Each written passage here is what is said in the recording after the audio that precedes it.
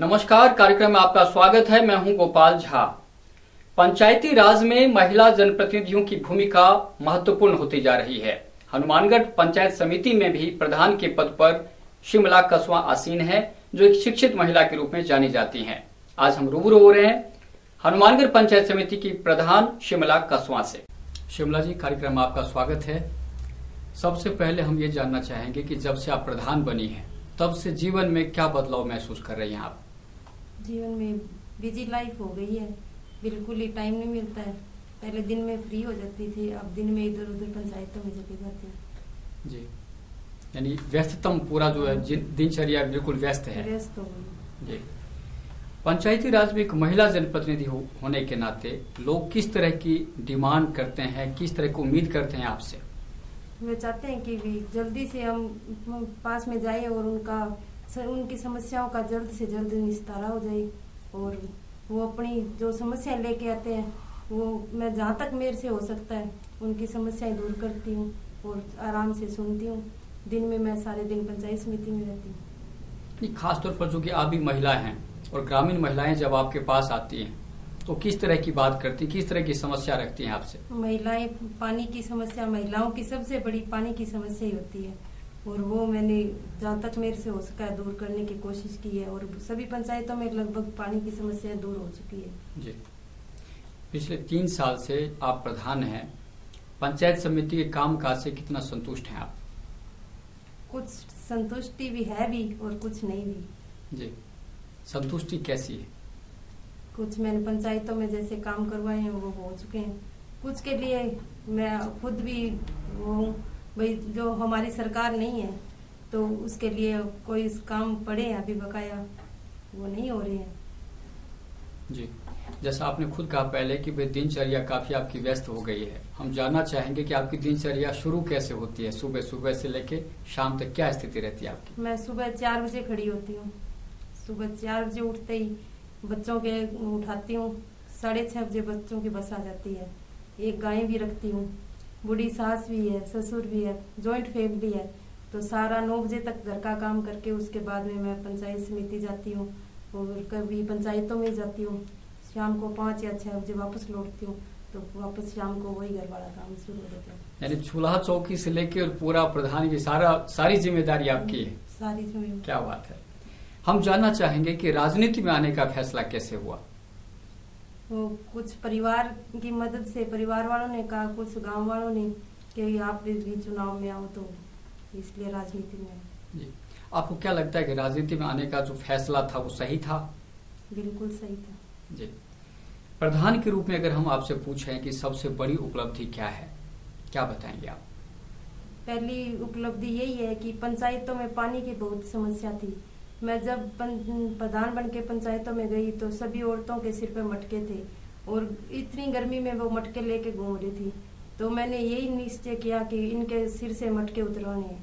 तो मैंने पंचायत समिति से किसी न किसी मद से 50-55 लाख रुपए बांटे और उन लोगों के पानी की व्यवस्था की।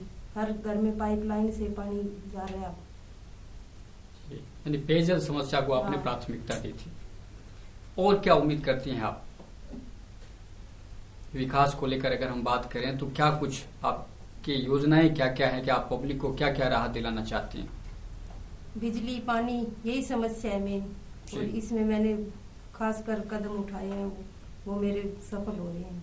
जी, आपको नहीं लगता कि जब आप पंचायत समिति की बैठक का संचालन करती हैं, आमतौर पर आरक्षण के नाते खूब महिलाएं आई हैं, लेकिन आज भी घूंघट में ही बैठी रहती हैं महिलाएं? 2-4 महिला सदस्य ऐसी हैं जो मुखर होकर अपनी बात रखती हैं। ये कुछ तो शिक्षा का प्रभाव है और कुछ क्रूतियां हैं, इसलिए मैं ज्यादा से ज्यादा दूर करती हूँ। मैंने कई बार मीटिंग में भी उनको कहा है भाई उनके पति या पुत्र नहीं आए, केवल जनप्रतिनिधि आए, तो मैंने खास तौर से बंद तो कर रखा है, लेकिन कुछ एका दुका आ ही जाते हैं। जी, आप सदन के नेता हैं तो आप कठोरता से निर्णय क्यों नहीं लेते, ताकि जो महिलाएं हैं उनको खुलकर बोलने का मौका मिले? महिलाएं कोई तो अशिक्षा के कारण बोल नहीं पाती है, बिल्कुल भी नहीं बोलती है। वो जैसे आती है वैसे बैठी रहती है, तो उनकी समस्या बताने के लिए कई बार वो आ जाते हैं, कई बार लिख के भी ले आती है, कई बार उनके पति या पुत्र बता देते हैं। तो मैंने उनको कहा है भाई आप बाद में बताओ, मीटिंग में मत बताओ। जी नहीं, जब आप इस तरह की बात करती हैं, मीटिंग में आप भले नहीं करें, लेकिन अकेले में जब महिलाएं आपसे मिलती हैं तब क्या वो समस्याओं के बारे में बात करती हैं खुलकर? नहीं करती है, उनको समस्याओं का पता ही नहीं होता। उनको समस्याओं का पता ही नहीं होता क्योंकि उनके पति करते ज्यादा। जी, आपने खुद कहा कि जैसे महिला प्रतिनिधियों के साथ एक बड़ी विडंबना ये है कि कहा जाता है कि उनका जो कमान है वो पतिदेव के हाथ में है। कितना इत्तेफाक, कितना सहमत हैं इस बात से आप? इस बात से मैं सहमत हूँ जी कि आज भी ग्रामीण क्षेत्र में महिलाओं की कमान पतिदेव के हाथ में ही है, लेकिन आगे आने वाले समय में धीरे धीरे दूर हो रही है, हो जाएगी। जी, और यही सवाल अगर आपसे शिमला कस्बा जो प्रधान हैं उनके लिए हो कि आपके कामकाज में पतिदेव का कितना हस्तक्षेप होता है? मेरे पतिदेव मेरे कामकाज में बिल्कुल हाथ नहीं, हस्तक्षेप नहीं करते, लेकिन कहीं अगर जरूरत होती है तो मैं उसने जरूर पूछ के काम करती हूँ। सहयोग लेती हैं आप? सहयोग लेती हूँ, लेकिन मीटिंग में और में वो नहीं जाते हैं कभी मेरे साथ। जी, प्रधान तो आप हैं, लेकिन जब आपके पतिदेव को लोग प्रधान जी कह के पुकारते हैं तब कैसा लगता है आपको? ऐसे समाज अपना ऐसा है कि इसमें बोल देते हैं दोनों को ही। हमारे भी एक निजी है, इनके जूनियर, वो घर में आते हैं तो पहले आवाज लगाते थे प्रधान जी प्रधान जी।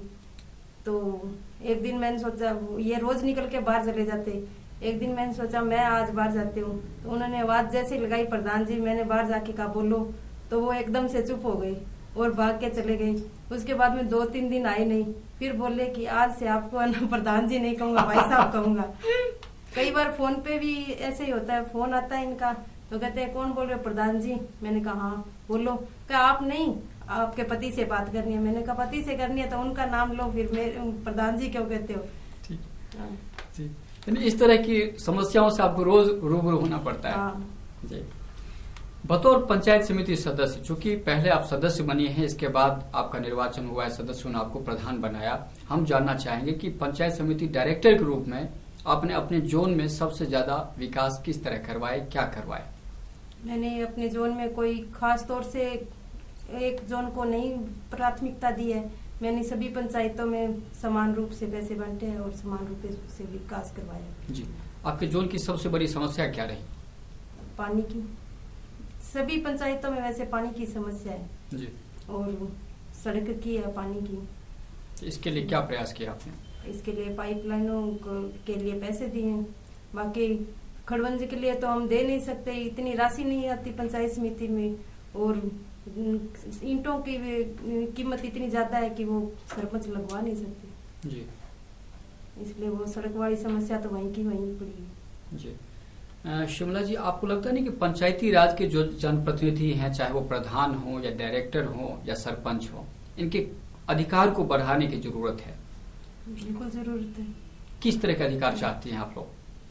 जैसे एक प्रधान की बात करें, आप प्रधान हैं, 3 साल से ज्यादा समय हो गया आपका, आपने क्या कमी महसूस की कि मुझे ये अधिकार मिले ताकि मैं और बेहतर तरीके से काम कर सकती हूँ? किस तरह का अधिकार चाहती हैं आप? पंचायत समिति में जो पैसे फंड आता है उसका हम सही रूप से नहीं बांट सकते, क्योंकि सभी पंचायतों में देने होते हैं। तो यहाँ से पूछो, यहाँ से सीओ से परमिशन लो, वीडियो से लो, इस तरह की समस्या रोज आती है। तो जब प्रधान बना दिया है तो उनको खुले रूप से काम करने की भी छुट्टी देनी चाहिए जी, और पंचायत समिति जो डायरेक्टर है उनका मानदेय बिल्कुल नहीं है। तो मैं तो यही गुजारिश करती हूँ सरकार से कि पंचायत समिति डायरेक्टरों को भी मानदेय होना चाहिए। सरपंचों को दे रहे हैं, प्रधान को दे रहे हैं, प्रमुख को दे रहे हैं, तो उनको भी देना चाहिए। जी, एक तो अधिकार बढ़ाने की बात और दूसरा उनको मानदेय भी मिलना चाहिए। बिल्कुल सही कह रही हैं आप। एक सवाल है कि काफी लंबे अरसे से ये खबरें आती रहती हैं बार बार कि जैसे एक तो वीडियो से आपकी नहीं बनती, जो पंचायत समिति के जो विकास अधिकारी हैं, और दूसरा जो उप प्रधान है उनके साथ भी आपकी ट्यूनिंग सही नहीं है। क्या है ये? ऐसा बिल्कुल नहीं है। शुरू में जब नए आए थे तो राजनीति में थोड़ी बहुत ऊंच नीच हो जाती है, लेकिन अब बिल्कुल सही है, आप साथ में बैठ के काम करते हैं। यानी पहले राजनीतिक जो विरोधाभास की स्थिति थी, विपक्ष और सत्ता, उसका जो प्रभाव देखने को मिला था।